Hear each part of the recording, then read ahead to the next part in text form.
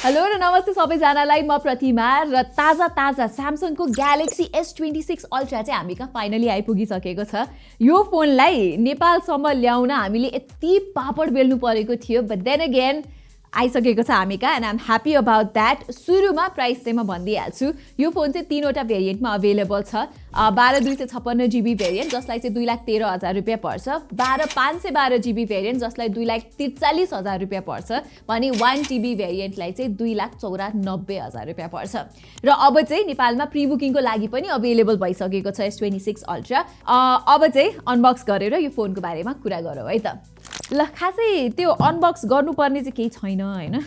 Box चाहिँ यस्तो पातलो छ, फोन मात्र आउँछ कि बक्समा। सो हामीसँग चाहिँ यो भायोलेट कलरमा छ S26 Ultra। हुन चाहिँ हामीले पहिले अनबक्सिङ गरिसकेको छौँ है तर होइन। अनि त्यसपछि यहाँ बक्समा आउने भनेको चाहिँ एउटा केबल मात्रै हो, अनि यो पेपर वर्क आउँछ जुन चाहिँ कसैले पढ्दैन। सिम इजेक्टर चाहिँ मैले देखाउन बिर्सेछु है, यो पनि आउँछ, एन्ड द्याट्स इट। अब ठ्याक्कै स्पेक्स हेर्नुहुन्छ भने चाहिँ पहिलाको यो S25 Ultra भन्दा खासै धेरै डिफ्रेन्स चाहिँ तपाईँहरूले पाउनु हुँदैन है। अब मेजर डिफ्रेन्स र खासमा यो S26 Ultraमा अलिकति हाइप्ड कुरा भनेको चाहिँ यसपालि यसको डिस्प्ले नै हो कि यो फोनको स्क्रिनमा चाहिँ नयाँ प्राइभेसी डिस्प्ले भन्ने आएको छ। अब यसले चाहिँ के हुन्छ भने अहिले त तपाईँले मैले यो मेसेज खोलेको टक्क देखिरहनु भएको छ नि त, माथि गएर प्राइभेसी डिस्प्ले भन्ने अन गरिदिएपछि चाहिँ यहाँ केही पनि देख्न सक्नुहुन्न, यता साइडबाट केही पनि देखिँदैन। र मैले अब तपाईँकै सिधा त्यो भ्युइङ एङ्गलमा राख्यो भने मात्र देखिन्छ।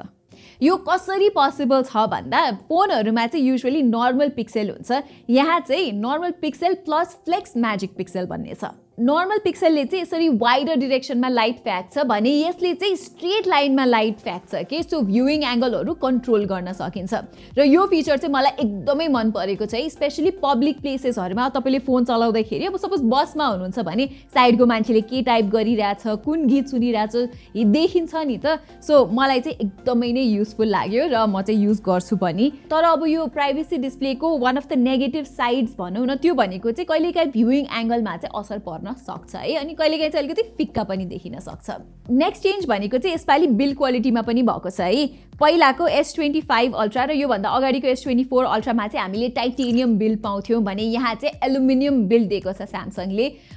2 वर्ष टाइटेनियम गर्यो तर लास्टमा चाहिँ अब एलुमिनियम नै भयो कि। पर्सनली चाहिँ मलाई थर्मल कन्डक्टिभिटी बेटर हुने भएकोले एलुमिनियम बिल्ड नै बेटर लाग्छ र यो चेन्जको बारेमा चाहिँ म खासै केही कम्प्लेन गर्दिनँ, किनभने अब यसपालि चाहिँ अलिकति लाइटर पनि भएको छ कि त्यस्तो भारी अथवा भद्दा फिल हुँदैन। स्पेसली अब चाइनिज फ्ल्यागसिप फोन्सहरूसँग कम्पेयर गर्नुहुन्छ भने त्यत्रो ठुल्ठुलो क्यामेरा मोड्युल हुन्छ नि त, अनि वेट डिस्ट्रिब्युसन पनि राम्रो हुँदैन। यसमा चाहिँ त्यो समस्या छैन। कलर अप्सन चाहिँ सबै अलिकति फिक्का टाइपकै छ होइन।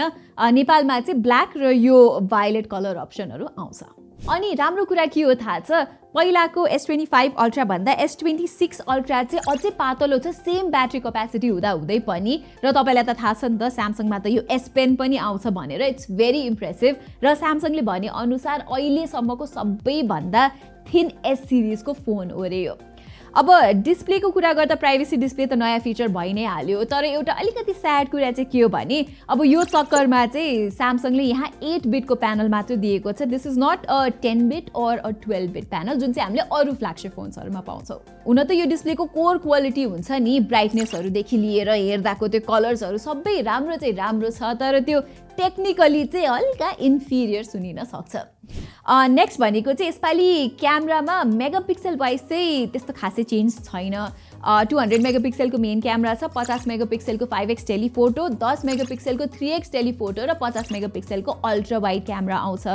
अलिकति डिफरेन्स भनेको चाहिँ मेन र 5x टेलिफोटो लेन्सको एपर्चर अलिकति वाइडर छ कि सो तपाईँहरूले अलिकति ब्राइटर इमेजेसहरू पाउन सक्नुहुन्छ र लो लाइटमा पनि बेटर इमेजेसहरू पाउन सक्नुहुन्छ। जस्तै अब यो नाइट टाइममा लिएको पोर्ट्रेट हेर्नुहोस् न, आइफोनसँग कम्पेयर गरेको थिएँ मैले, अनि आइफोनको चाहिँ अलिकति अँध्यारो आएको छ, स्यामसङको चाहिँ ब्राइट उज्यालो राम्रो आएको छ छ कि प्लस पहिला चाहिँ S25 अल्ट्रामा 5x पेरिस्कोप लेन्स थियो भने यसपालि चाहिँ टेलिफोटो लेन्स हालेको छ स्यामसङले मैले टेस्ट चाहिँ गरिसकेको छुइनँ के डिफरेन्स छ भनेर जुन चाहिँ म मेरो फुल रिभ्यूमा अवश्य भन्नेछु सो हाम्रो च्यानललाई सब्सक्राइब गर्न चाहिँ नबिर्सिनु होला है त अरू क्यामेरा पर्फर्मेन्सको कुरा गर्दाखेरि चाहिँ अब स्यामसङको अप्टिमाइजेसन छ नि पहिलाकै जस्तै नै छ कि कन्ट्रास्टी आउटपुट आउँछ पोर्ट्रेट चाहिँ अलिकति प्लिजिङ आउँछ कि मलाई चाहिँ स्यामसङ फोनहरूको अब सेल्फी अनिखेर पोर्ट्रेट्सहरूको स्किन टोन हुन्छ नि एकदमै नै मनपर्छ यसपालि पनि राम्रो निकाल्छ यहाँ तपाईँले स्क्रिनमा हेर्न सक्नु नै हुन्छ 3x टेलिफोटो लेन्सको पर्फर्मेन्स चाहिँ मलाई अलिक सपार मात्रै लाग्यो होइन कम मेगापिक्सलको भएर होला अलिकति लो लाइटमा खिच्दाखेरि नोइजी आउँदो रहेछ कि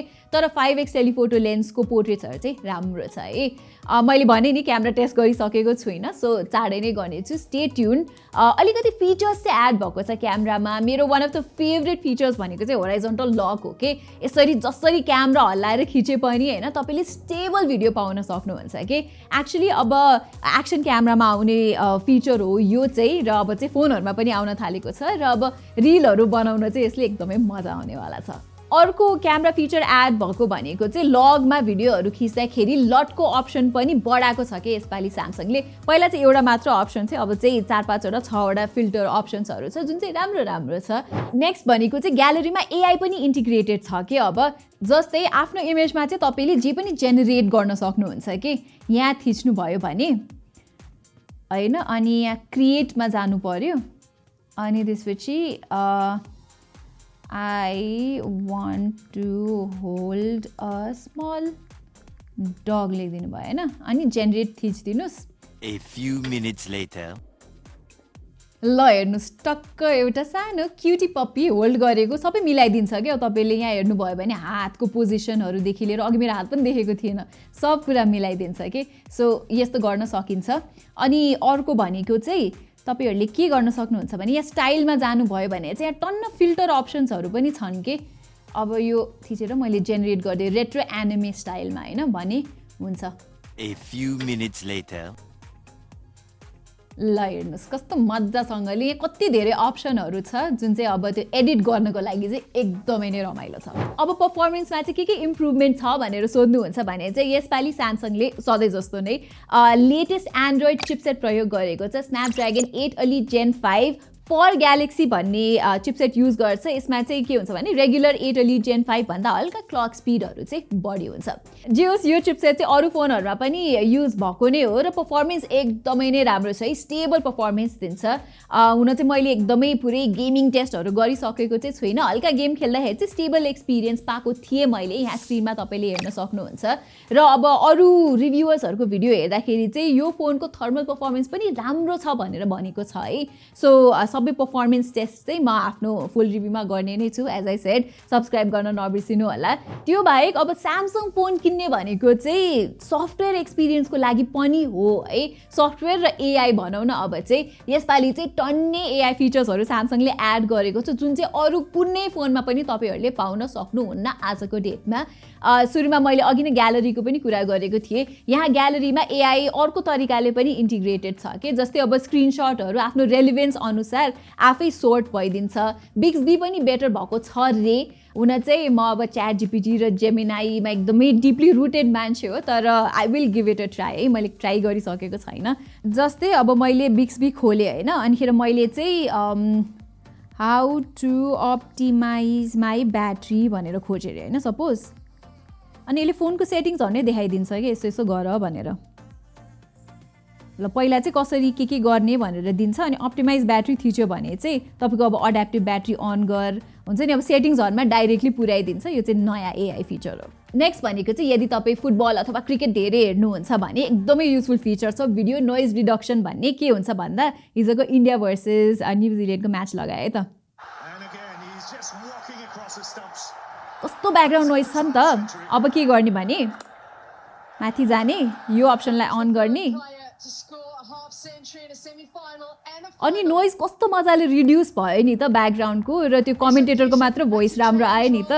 सो यो एकदमै युजफुल फिचर लाग्यो मलाई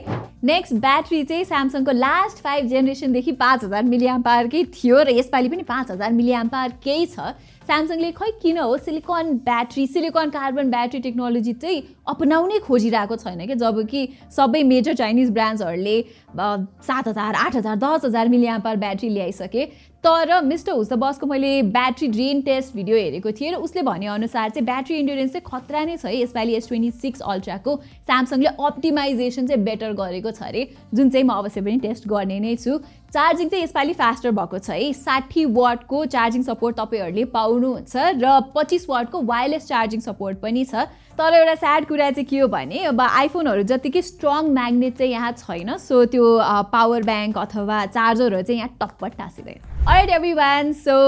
यही नै थियो हाम्रो hands on review with the Samsung Galaxy S26 Ultra। Review चाहिँ म एकदमै नै चाँडै लिएर आउने छु, अझै मजाले टेस्ट गर्न बाँकी छ कि कम्पेरिजनहरू गर्छु आइफोनसँग, S25 अल्ट्रासँग, Xiaomiहरूसँग पनि कम्पेयर गर्छु अनि I will tell you all the good and bad about this device, जुन चाहिँ प्रोबेबली अब 2 weeks जति लाग्छ होला। So stay tuned for our review र यो भिडियो राम्रो लाग्यो भने चाहिँ तल त्यो थम्स अप थिच्न नबिर्सिनु होला and also please consider subscribing to our channel. यति भन्दै म प्रतिमा अधिकारीलाई बिदा दिनुहोस्। Thank you so much for watching.